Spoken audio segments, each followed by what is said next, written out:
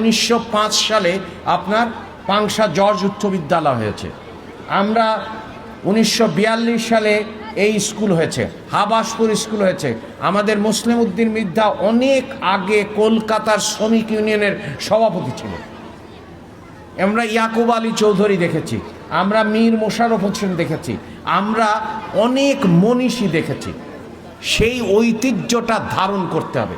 কিন্তু খুব দুঃখ লেগেছে যখন আমি এখানে আসলাম, আমি খুব আমার মনে আছে, আমার বয়স খুব কম, একে বর্ধন বলে অমূল্য কুমার বর্ধন বলে এই স্কুলের প্রধান শিক্ষক ছিলেন না, কিন্তু প্রধানের থেকেও প্রধান ছিলেন।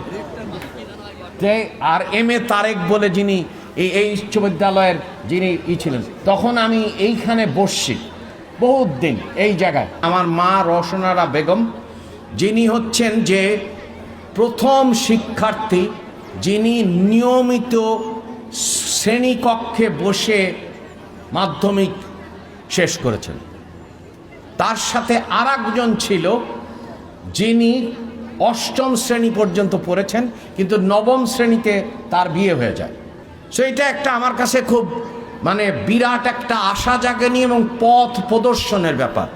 নারী শিক্ষাই যে দেশের মুক্তি, এটা আমি ছোটোবেলার থেকে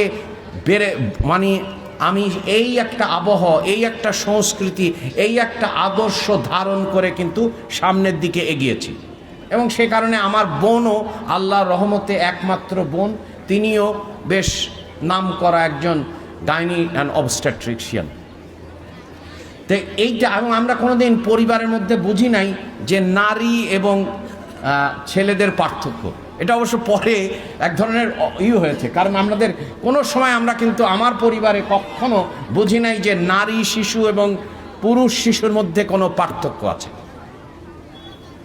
এটা একটা যুগান্তকারী বিষয়। আমরা যদি নারীদেরকে ঠিকমতো ও সামনের দিকে এগিয়ে নিয়ে যেতে পারি, বাংলাদেশের উন্নয়ন প্রগতি